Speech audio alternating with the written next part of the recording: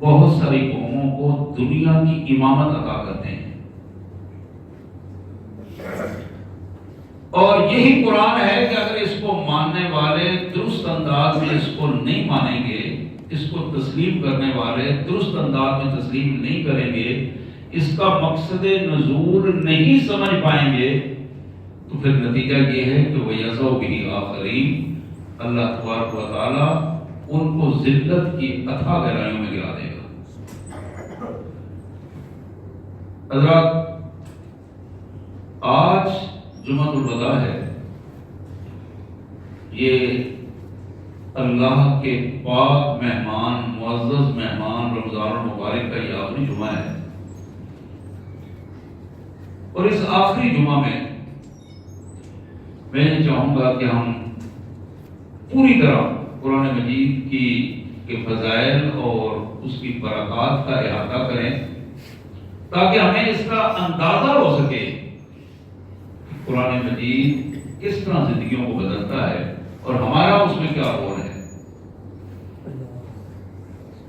نبی رحمت صلی اللہ علیہ وسلم کی بڑی معروف حدیث مبارک سیاستہ میں موجود ہے، خیرکم من تعلم القرآن وعلمہ، انسانوں تم میں سب سے بہترین انسان وہ ہے جو اللہ کا قرآن خود سیکھتا ہے اور دوسروں کو سکھاتا ہے۔ تم میں سب سے بہترین، میں اس سے آگے تبصرہ نہیں کروں گا کہ آج اس حدیث کے مطابق ہم نے کیا کیا ہے۔ جسے محمد کریم صلی اللہ علیہ وسلم نے سب سے بہترین انسان قرار دیا تھا، اس انسان نے اپنا تعلق قرآن سے کیا بنایا، اور پھر ہم نے اس انسان سے کیا تعلق قائم کیا۔ لیکن یہ حقیقت ہے، اس میں کوئی دوسری رائے نہیں، خیرکم من تعلم القرآن وعلمہ، تم سب میں بہترین انسان وہ ہے جو خود قرآن سیکھتا ہے اور دوسروں کو سکھاتا ہے۔ یہ فرض ہے میرے اوپر بھی، آپ کے اوپر بھی۔ حقیقت یہ ہے، یہ کسی مولوی صاحب، پیر صاحب، قاری صاحب، حافظ صاحب کا ٹھیکہ نہیں ہے۔ اسلام ٹھیکیداری کا نام نہیں ہے، اسلام ہر شخص کی ذمہ داری کا نام ہے، ٹھیکیداری کا نام نہیں ہے۔ ہماری بہت بڑی غلط فہمی اور ذلت و رسوائی کی بنیاد یہ ہے کہ ہم نے اپنے دین اسلام کو یہودیوں اور عیسائیوں کی طرح ٹھیکے پہ دیا۔ وہ لوگ جنہوں نے ٹھیکے پہ دیا تھا وہ اللہ کی موصوف قومیں ٹھہری، ملعون قومیں ٹھہری، غال قومیں ٹھہری، اور ہم نے بھی آہستہ آہستہ اس راستے پر چلنا شروع کیا۔ ہمارے بچوں کو قرآن سکھانے کے لیے یہ لازم ہے کہ ہم قاری صاحب کو گھر پہ بلائیں اور ہمارے بچے اپنے گھر سے نہ جائیں اور وہ کھیلتے کھلاتے ہی قرآن مجید پڑھیں، اس میں ہمارا سٹیٹس برقرار رہتا ہے۔ حالانکہ فطرت کا قانون ہے کہ ہمیشہ پیاسا کنویں کے پاس جاتا ہے، یہ فطرت کا قانون ہے۔ اس کا مطلب ہے کہ ہمیں پیاس نہیں، کنواں چل کے ہمارے پاس اگر آئے تو ہمیں پھر پیاس نہیں ہے۔ مجھے یاد آ رہا ہے امام بخاری، محمد بن اسماعیل بخاری رحمۃ اللہ علیہ، جنہوں نے بخاری لکھی، بخارا کے امیر جو ان دنوں اس ریاست کا والی ہوتا تھا، اس نے درخواست بھیجی کہ امام، میں یہ چاہتا ہوں کہ میرے بچے، 2 بچے ہیں، ان کو آپ بخاری شریف پڑھائیں گھر آ کے۔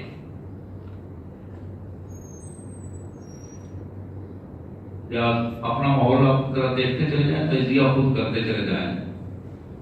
امام نے جواب دیا اسی بندے کو جو پیغام لے کے آیا تھا، امیر صاحب کو بتاؤ کہ میں ان کی بڑی عزت اور احترام کرتا ہوں، لیکن میرے رسول صلی اللہ علیہ وسلم کے کلام کا احترام یہ ہے کہ تمہارے بچے چل کے ادھر آئے. یہ میری ذات کا احترام نہیں ہے، یہ میرے رسول کی اس حدیث کا احترام ہے کہ وہ اسے تلاش کرتے ہوئے وہاں آئیں جہاں اس کا منبع ہے، جہاں لوگ سیکھ رہے ہیں. والی بخارا کو اس کا جواب تو نہ سوجا. اس نے دوبارہ درخواست بھیج دی کہ حضرت یہ مہربانی کریں، آپ میں بچوں کو مسجد میں بھیج دوں گا جہاں آپ درس حدیث دیتے ہیں، لیکن آپ میرے بچوں کو وہاں تھوڑا سا الگ ٹائم دے دیں تاکہ والی ریاست کے بچے ہیں اور ان کو الگ سے ذرا بات زیادہ سمجھ میں آ جائے. تو آپ نے فرمایا کہ محترم امیر کو یہ بتائیں کہ یہ اللہ کے رسول صلی اللہ علیہ وسلم کے کلام کے ساتھ بددیانتی ہے. یہاں محمد بن اسماعیل جو اللہ کے رسول صلی اللہ علیہ وسلم کے اس کلام کو تقسیم کر رہا ہے، پڑھا رہا ہے لوگوں کو، یہ اس کی ذمہ داری بنتی ہے کہ وہ پورے انصاف کے ساتھ ہر فرد کو پورے انصاف کے ساتھ پڑھائے. اور جب میں کسی بھی سطح پر تعصب کرتے ہوئے آپ کے بچوں کو الگ پڑھاؤں گا تو میں ذہنی طور پر یکسو ہو کر یہ کام نہیں کر سکوں گا. اس لیے عام عوام الناس میں جہاں دوسرے جگہ پہ بیٹھ کے پڑھ رہے ہیں، آپ کے بچے بھی وہاں بیٹھ کے پڑھیں. تیسری درخواست یہ آئی کہ اگر آپ یہ دونوں کام نہیں کر سکتے تو پھر بخارا چھوڑ دیں، یہ جگہ چھوڑ دیں. آپ کو اگر ہماری بات نہیں ماننی، ہمارا حکم تسلیم نہیں کرنا، تو یہ سرزمین آپ کے لیے نہیں ہے. امام بخاری رحمۃ اللہ علیہ نے اپنا بستر سنبھالا، اللہ کا نام لے کر بخارا کی ریاست کو چھوڑ دیا، لیکن یہ برداشت نہیں کیا کہ محمد رسول اللہ صلی اللہ علیہ وسلم کے کلام کی توہین ہو. ہم تو اپنے اللہ کے کلام کی توہین کرتے ہوئے اپنا سٹیٹس محسوس کرتے ہیں، اور شاید یہی ہماری ذلت و رسوائی کے اسباب ہیں. میں عرض کر رہا تھا خیرکم من تعلم القرآن وعلمہ، تم میں بہترین انسان وہ ہے. اب میں اپنے آپ کو بہترین بنانے کے لیے اگر پنجاب کالج میں داخلہ لوں یا اپنے بچوں کو وہاں داخلہ دلواؤں، گفٹ یونیورسٹی میں داخلہ دلواؤں، نیسٹ میں جا کے داخلہ دلواؤں، تو میرے نزدیک تو سب سے زیادہ بہترین انسان اور اس کی جگہ وہ ہے. اب میں یہ توقع رکھوں کہ اللہ مجھ پر رحمتیں بھی نازل کرے اور مجھے دنیا کا بہترین انسان بھی بنائے، تو کیسے ممکن ہوگا؟ جب میں اللہ کو چھوڑ کر اس کے مقابلے میں دوسرے علوم کو اہمیت زیادہ دے رہا ہوں، ان کو خیر سمجھ رہا ہوں، اور میں سمجھتا ہوں کہ اس کے ذریعے میرے بچے دنیاوی مال سمیٹ سکیں گے. ڈاکٹر بنے گا بچہ، انجینئر بنے گا بچہ، لیکچرار بنے گا، مختلف حوالوں سے ماہر معیشت بنے گا، IMF کے ساتھ اس کے رابطے ہوں گے، اور پھر دنیا کی حکومتوں کو تلپٹ کرنے میں اپنا کردار ادا کرے گا. یہ اب میری سوچ جب اس انداز میں ترتیب پائے گی، اس کا نتیجہ کیا نکلے گا میرے بھائیوں؟ اس کا نتیجہ یہ نکلے گا کہ میں نے اللہ کے کلام کی میں جو خیر کا پہلو تھا اس کو میں نے اگنور کیا ہے، اور نتیجہ یہ ہے کہ میں نے دنیاوی فنون کو اس پر ترجیح دی ہے. دنیاوی فنون کو حاصل کرنا کوئی بری بات نہیں ہے، یہ کوئی غلط بات نہیں، لیکن قرآن کو چھوڑ کر اس کو حاصل کرنا بہت بری بات ہے. جہاں میں یا میرا بیٹا یا میری بیٹی اپنی دن رات میں 8 5 10 8 گھنٹے اس فن کو حاصل کرنے کے لیے لگاتے ہیں، کیا ہم نے کبھی مجبور کیا اپنے آپ کو یا اپنے بچوں کو کہ لازماً 1 گھنٹہ آپ دین کے لیے دیں گے؟ دین کے لیے دینے کا کیا مطلب ہے؟ اپنے گھر میں بیٹھ کر قرآن سیکھیں گے، جہاں سے قرآن سکھایا جا رہا ہے وہاں جا کر قرآن سیکھیں گے، قرآن مجید کے تلفظ کی ادائیگی درست کریں گے. اب آپ یقین کریں اکثریت ہماری قوم کی ایسی ہے کہ جسے قرآن مجید درست پڑھنا نہیں آتا. قاری صاحب پڑھ رہے ہوں ہمیں بہت اچھا لگتا ہے. قاری عبد الباسط صاحب کی تلاوت ہمیں بہت اچھی لگتی ہے, ہم سنتے ہیں. شیخ سدیس کی تلاوت بہت اچھی لگتی ہے, ہم سنتے ہیں, مزہ آتا ہے. اور پاکستان کے قاری سید صداقت علی ہیں, دوسرے قاری غلام رسول ہیں, اور بہت سارے قراء حضرات مختلف حوالوں سے. لیکن وہ صرف ہمارے کانوں کا مزہ ہے. حقیقت یہ ہے کہ ہمیں اگر وہ چیز اچھی لگے تو ہم خود اور ہمارے اولاد بھی اس کو سیکھنے کی کوشش کریں. جس چیز میں ہم فائدہ محسوس کرتے ہیں, دینی اور دنیاوی فائدہ محسوس کرتے ہیں, تو ہماری پوری کوشش ہوتی ہے کہ وہ ہماری زندگی میں آ جائے. پوری کوشش ہوتی ہے. ایک بڑی اہم مثال ریاض الصالحین میں حدیث کی کتاب میں اللہ کے رسول صلی اللہ علیہ وسلم نے فرمایا کہ خدا کی قسم جو لوگ مسجد میں آتے ہوئے اپنے آپ کو بوجھل پر محسوس کرتے ہیں, پاؤں بھاری محسوس کرتے ہیں, وقت پہ آنے کو دل نہیں کرتا, بار بار گھڑی کو دیکھ رہے ہوتے ہیں کہ اچھا چلو جاتے ہیں, پھر جاتے ہیں, ابھی 5-10 منٹ باقی ہیں, چلو حضرت صاحب تشریف لائے ہیں, ان کو کام شروع کر دینے دیں, وہ آدھا گزر جائے تو میں بھی پہنچ جاتا ہوں. یہ وہ عادات ہیں جو عمومی عادات ہیں, کسی ایک بندے کی بات نہیں ہو رہی, یہ عمومی عادات ہیں, ہماری قومی کمزوریاں ہیں جن کو ہم دور کرنے کے لیے تیار نہیں ہو پا رہے ہیں. اور آپ کے علم میں ہے کہ جب کبھی ہم نے عدالت میں حاضری دے دی اور پیشی ہو تو اس ٹائم ہمیں معلوم نہیں ہوتا, ہم وہاں جا کے پہلے سے اس لسٹ کو جا کے دیکھتے ہیں جس میں نام لکھا ہوتا ہے کہ ہمارا نام کس جگہ پر ہے, اور ہم انتظار کرتے ہیں. اگر ٹائم نام ہی طے نہیں ہوتا, لسٹ پر بھی ٹائم نہیں لکھا ہوتا, ہم انتظار کرتے ہیں کہ کب ہماری باری آئے گی. اور یہ انسانوں کی عدالتیں ہیں.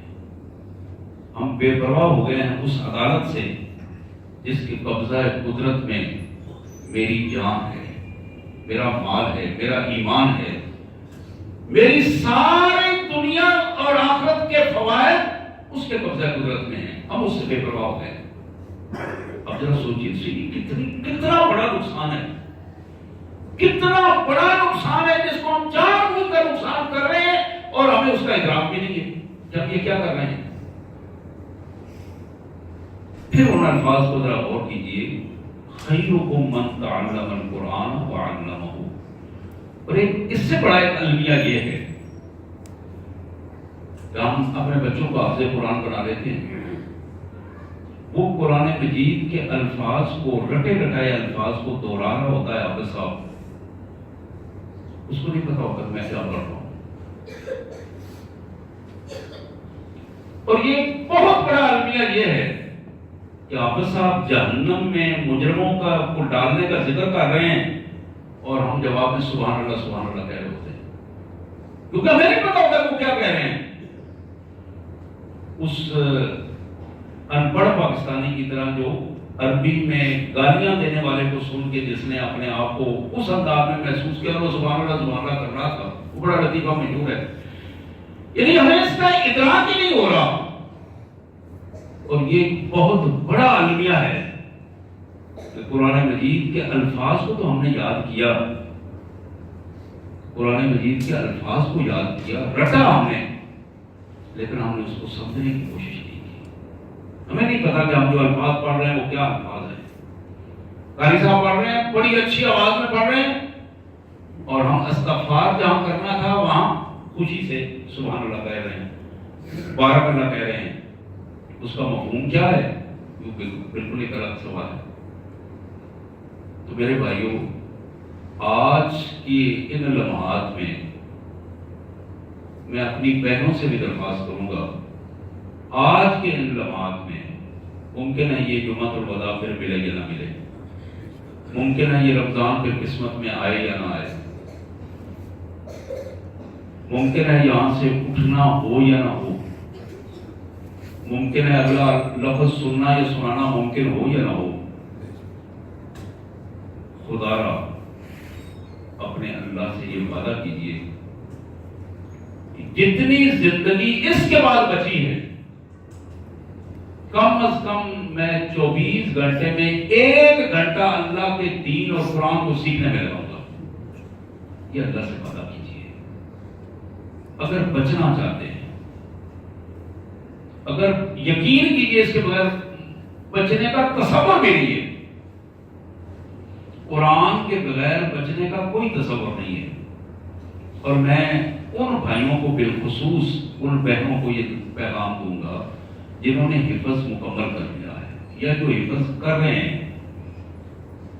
حفاظ کرام، قرائے اعظام، میں درخواست کروں گا بڑے ادب سے ان سے کہ خدا را کم از کم 2 گھنٹے نکالیں اس بات کے لیے. صبح شام 1 گھنٹہ، 2 نہیں ہے تو 1 ہی نکال لیں، جس میں صرف قرآن مجید کو سیکھیں. اللہ کا قرآن ہمیں کیا کہہ رہا ہے، اللہ کے قرآن کا مطالبہ کیا ہے ہم سے، اس بات کو سیکھنے کے لیے وقت نکالیں. اور جب ہم سیکھ چکیں اور سیکھنا شروع کر دیں تو پھر وہی رکوع، وہی آیات، وہی پارے جو ہم نے سیکھے ہوں، ساتھ ساتھ اپنے گھر میں اپنی ماں کو، اپنی بہنوں کو بٹھا کر، اپنے بچوں کو بٹھا کر وہی 1-2 رکوع روزانہ سنائیں. آپ یقین کریں اس سے انفرادی زندگی بھی بدلے گی، اجتماعی زندگی بھی بدلے گی، گھر کا ماحول بدلے گا، گھر کے اندر سکون کی کیفیت ہوگی. لیکن بات پھر وہی ہے کہ پس منظر میں نیت کیا ہے، نیت کیا ہے.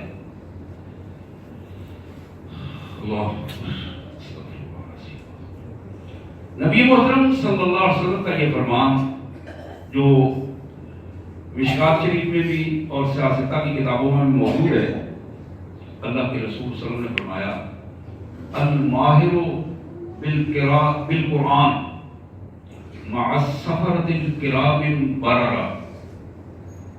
وہ بندہ جس نے قرآن کے الفاظ سیکھے، قرآن کے مفہوم کو سیکھا، قرآن کے پیغام کو پایا، اس نے کل قیامت کے دن اللہ کے جو مقرب ترین فرشتے ہیں اس کا حشر ان کے ساتھ ہوگا.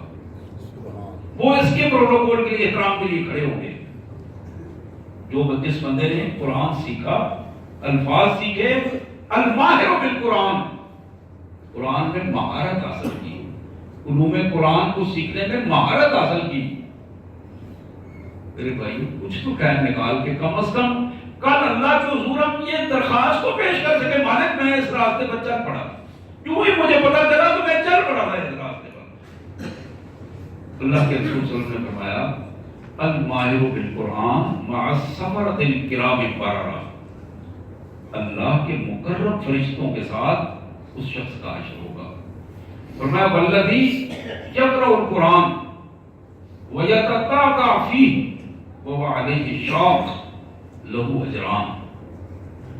وہ بندہ عمر رسیدہ ہو گیا ہے، ہم کہتے ہیں آپ بوڑھے ہو گئے، آپ کیا قرآن پڑھے، شرم آتی ہے کسی اب بچے سے اپنے قاری صاحب سے بیٹھ کے پڑھنا. قاری صاحب کی عمر 30-35 سال ہے، اب وہ بابا جی کی عمر 80-90 سال ہے، تو وہ شرم محسوس کر رہے ہیں. حالانکہ باقی کاموں میں شرم نہیں ہوتی، بہت بڑے بڑے کام کرتے ہیں.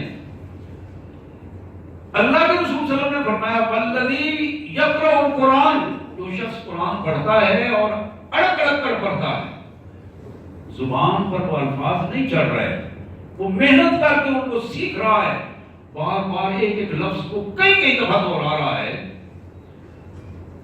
وَهُوَ عَلَيْهِ شَاقٌ، اس کو اس پر بڑی محنت کرنا پڑ رہی ہے. قرآن کے الفاظ کو سیکھنے میں بڑی محنت کرنا پڑ رہی ہے. میرے آقا نے فرمایا لہو اجران، اللہ اس کو 2 اجر عطا فرمائے گا، اللہ اس کو 2 اجر عطا فرمائے گا. ہم مطمئن ہو گئے ہیں کہ ہمیں قرآن آتا ہے، کبھی کسی کو سنانے کی زحمت بھی نہیں کی. تو میں یہ درخواست کروں گا اپنی بہنوں سے بھی، بھائیوں سے بھی، خدا را جو وقت آپ نکالیں اس میں ضرور کوشش کریں. اس دور کے میڈیا نے تو یہ سارا کام آسان کر دیا ہے. آپ ایک ایسی جگہ پر بیٹھ کر کہ جہاں کوئی شور و غل نہ ہو، سکون کے ساتھ بیٹھ کر سب کچھ سیکھ سکتے ہیں، اچھے سے اچھے قاری سے استاد سے سیکھ سکتے ہیں، لیکن اپنے آپ کو اس طرف لائیں تو صحیح۔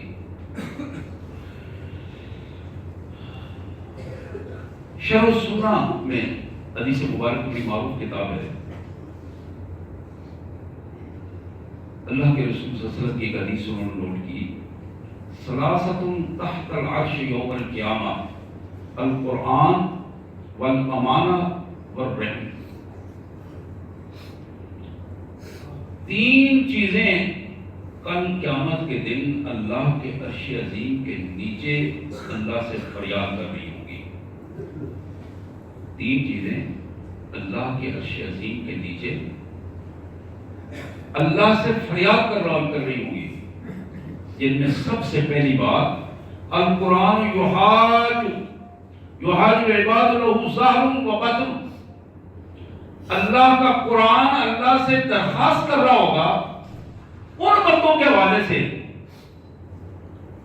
کہ جنہوں نے قرآن کے ظاہری اور باطن الفاظ اور مفہوم کو سمجھ کر اپنی زندگیوں میں قرآن لایا۔ قرآن اللہ سے درخواست کر رہا ہوگا، میرے مالک اپنے اس بندے کو معاف کر کے اس کو درجہ عطا فرما دے۔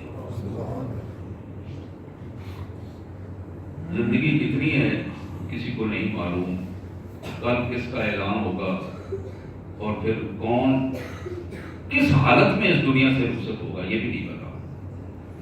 یہ باڈی جس کو ہم بڑا چمکا کے رکھتے ہیں، اس کی حالت کل کیا ہوگی یہاں سے جاتے وقت ہمیں نہیں معلوم۔ یہ سالم بھی ہوگی کہ نہیں ہوگی۔ بھائیو، اپنی آخرت کو بچا لو، قرآن کے حوالے سے بچاؤ۔ ہمارے اندر کبر پیدا ہو گیا ہے، یہ نفس جو اندر شیطان بت بیٹھا ہے وہ ہمیں کچھ کرنے نہیں دے رہا، بار بار روک دیتا ہے اور ہیلے بہانے اندر سے بڑا بنا کے ہمارے سامنے پیش کرتا ہے۔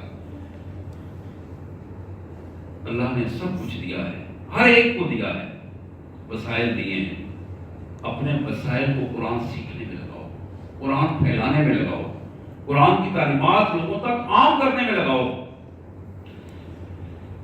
القرآن یحاج العباد لہ ظاہر و باطن، قرآن اللہ کے حضور سفارش کرے گا، مالک یہ تیرے بندے جنہوں نے اپنے سینے کے ساتھ مجھے لگایا، وقت نکالا، دنیا عیاشیوں بدماشیوں میں لگی ہوئی تھی، سو رہے تھے، آرام کر رہے تھے، لیکن یہ بندہ قرآن یاد کر رہا تھا، یہ قرآن کے لیے وقت نکال رہا تھا، مالک اس کو معاف کر دے، اس کو درجات عطا فرما۔ آج اس کو اتنے درجات عطا فرما کہ لوگوں کو محسوس ہو کہ قرآن کی اہمیت کیا ہے۔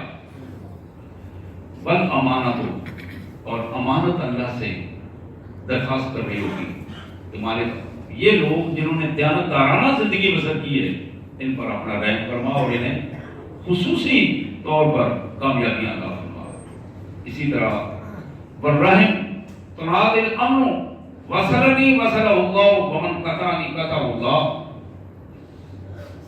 صلہ رحمی کی جس نے کیفیت اختیار کی، اللہ کے لیے اپنے رشتہ داروں سے اچھی سلام دعا رکھی، ان کا احترام کیا،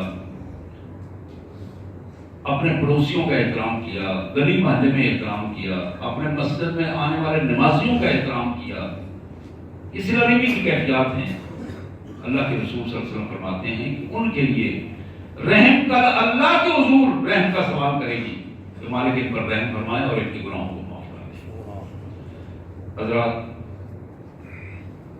اللہ کے رسول صلی اللہ علیہ وسلم کا یہ فرمان ترمذی میں موجود ہے، محمد کریم صلی اللہ علیہ وسلم نے فرمایا ان الذی لیس فی جوفہ شیء من القرآن کالبیت من خرب، وہ شخص جس کے دل و دماغ میں قرآن مجید یاد نہیں ہے، کوئی حصہ قرآن کا یاد نہیں ہے، وہ سمجھتا ہی نہیں قرآن کو، ساری عمر اسی طرح گزر گئی ہے۔ اللہ کے رسول صلی اللہ علیہ وسلم نے فرمایا اس کی زندگی، اس کا دماغ، اس کا دل، اس کی باڈی بالکل ایک ویران گھر کی طرح ہے، ویران گھر کی طرح ہے، جہاں شیاطین ہوتے ہیں وہاں ویرانی کی پوزیشن ہوتی ہے۔ اسی طرح نبی محترم صلی اللہ علیہ وآلہ وسلم نے اس حوالے سے بھی، یہ بڑی اہم حدیث ہے جو میں اس حوالے سے آپ کے سامنے رکھنا چاہوں گا. ابو داؤد کی حدیث، ہمیں اس کا ادراک نہیں. ہم پتہ نہیں دنیا داری کے لیے کتنی محنتیں کرتے ہیں، کتنا وقت دیتے ہیں، لیکن اللہ کے قرآن کو وقت دینے کے لیے ہم تیار نہیں. اللہ کے رسول صلی اللہ علیہ وسلم نے فرمایا ما من امرئ یقرأ القرآن ثم ینساہ الا لقی اللہ یوم القیامہ اجزم. اس شخص نے قرآن یاد کیا، پورا قرآن یاد کیا، کچھ صورتیں یاد کی، پھر اس نے بھلا دیا، قرآن کو وہ وقت نہ دیا. قرآن یاد تھا، اس کو بھلا دیا. یہ بہت بڑی محنت کی بات تھی کہ اس نے قرآن یاد کیا. بڑی ہمت کی، والدین کی اس میں بڑی محنت، اور اب اس نے قرآن بھلا دیا. یہ اس قابل نہیں ہے کہ قرآن سنا سکے. یہ روزانہ ریگولر قرآن کو یاد پڑھتا بھی نہیں ہے. اور مفہوم کی بات تو بہت آگے ہے. اللہ کے رسول صلی اللہ علیہ وسلم نے فرمایا کہ کل قیامت کے دن اس کی ملاقات اپنے اللہ سے اس حال میں ہوگی، اس کا پورا جسم کوڑا پن اس پہ لگا ہوگا. وہ اجزم، جزام ہوتا ہے کوڑی پن کو، جس میں چہرہ بگڑ جاتا ہے، جسم بگڑ جاتا ہے. اجزم کہتے ہیں کہ بدترین جزام ہوگا اس میں، بدترین جزام کی بدترین کیفیت ہوگی. حضرات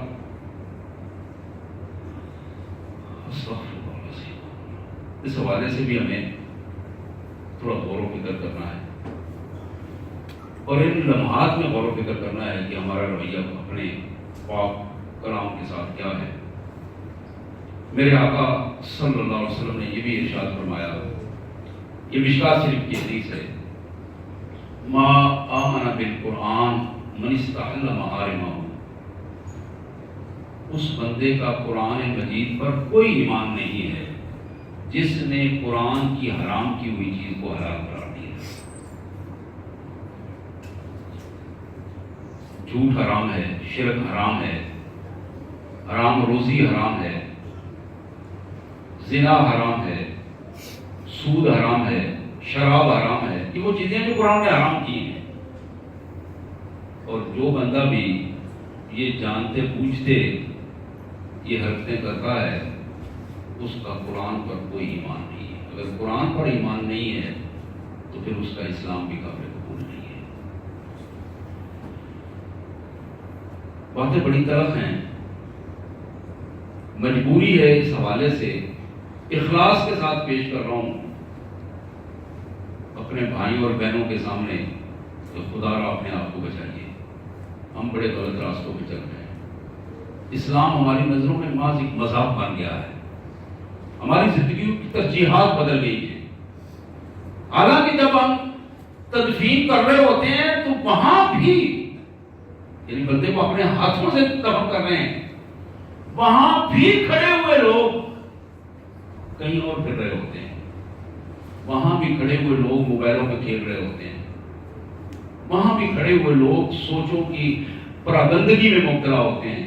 حالانکہ موت کی کیفیت سامنے آ رہی ہوتی ہے، سامنے دیکھ رہے ہوتے ہیں سارا کچھ. میرے بھائیوں، قرآن یہ کہتا ہے وقال الرسول یا رب ان قوم اتخذوا هذا القرآن مہجورا. اللہ کے رسول صلی اللہ علیہ وسلم اللہ کے دربار میں، اس عدالت میں اس دن یہ مقدمہ اپنی امت کے خلاف دائر کروائیں گے. یا اللہ، یہ میرے ہی امت تھی، میری قوم، نہ قومی، میری امت، میری قوم. میں نے ان تک تیرا قرآن پہنچایا تھا، ان ظالموں نے تیرے قرآن کو اٹھا کر پیچھے پھینک دیا. انہوں نے اپنی نظروں کو اہمیت دی، انہوں نے اپنی زبان کو اہمیت دی، انہوں نے زبان کے چسکے کو اہمیت دی، کانوں کے چسکے کو اہمیت دی، ہاتھوں، پاؤں، اعضاء کے چسکوں کو اہمیت دی. یہ دنیا داری کے لذتوں میں پڑ گئے. انہیں اس کا ہوش ہی نہیں رہا کہ کس مقصد کے لیے دنیا میں آئے تھے. نبی محترم صلی اللہ علیہ وسلم کی بہتی کی یہ روایت، اللہ کے رسول صلی اللہ علیہ وسلم نے فرمایا ان هذه القلوب تصدع كما يصدع الحديد اذا اصاب الماء. لوگوں، یہ جو تمہارے دل ہیں نا، ان دلوں کو زنگ لگ جاتا ہے. بالکل اس طرح جس طرح لوہے کو پانی لگے تو اس کو زنگ لگ جاتا ہے، تمہارے دلوں کو زنگ لگ جاتا ہے۔ کیلا وما گلا ہوا یا رسول اللہ، پوچھا گیا تھا اس زنگ کو کس طرح اتاریں گے؟ آپ نے فرمایا کثرت ذکر الموت و تلاوت القرآن، ہمیشہ موت کو یاد رکھو، ذہن سے اس کو مت نکالو، ہمیشہ موت کو یاد رکھو اور زیادہ سے زیادہ قرآن سیکھنے کی کوشش کرو۔ قرآن سیکھو اور اس کے مطابق عمل کرو، اس کے الفاظ سیکھو، اس کے حقوق ادا کرو، اس کا مفہوم سیکھو، اور اپنے گھر میں، اپنے اداروں میں، اپنے گلی محلے میں، اپنے رشتہ داروں میں زیادہ سے زیادہ اس قرآن کو پھیلاؤ، قرآن کی تعلیمات کو پھیلاؤ۔ یقین کیجئے آج بھی ہم میں سے کوئی بھی جس پریشانی میں مبتلا ہے، آج بھی اگر اپنا مستقبل اس لمحے کے بعد وہ قرآن سے وابستہ کر دیتا ہے، میں یہ بات پورے شرح صدر اور دعوے سے کہہ رہا ہوں، اللہ تعالیٰ اس کی ہر پریشانی کی کیفیت بدل دے گا۔ یہ اللہ کا وعدہ ہے۔ اگر ہمیں اپنے اللہ پر یقین ہے اور ایمان ہے، ہمارے لیے یہ لازم ہے کہ آج ہی اپنے اللہ سے یہ وعدہ کریں، یا اللہ آج ہم اگر قرآن بھولا ہوا ہے تو اسے یاد کریں گے، ضرور یاد کریں گے، یاد نہیں کیا ہوا تو ایک ایک سورت یاد کرنے کی کوشش کریں، اور پھر ایک ایک سورت کو سیکھنے کی کوشش کریں۔ جو میں نے سورت سیکھی ہے، سورہ اخلاص میں قل هو الله احد پڑھتا ہوں، اس کا مفہوم کیا ہے؟ امام صاحب پڑھ رہے ہیں، میرے ذہن میں اس کا مفہوم تازہ ہو گیا ہے۔ سورہ کوثر پڑھ رہے ہوں تو میں جانتا ہوں کہ امام صاحب کیا الفاظ کہہ رہے ہیں۔ سورہ فاتحہ میں پڑھ رہا ہوں تو میں جانتا ہوں کہ امام صاحب کیا کہہ رہے ہیں، میں پڑھ رہا ہوں تو میں کیا کہہ رہا ہوں۔ حضرات یہی بڑی کامیابی ہے، اگر آج کے ان لمحات میں یہ ہم طے کر لیں تو یہی ہماری کامیابی کا ہے بہت بڑا ذریعہ ہے۔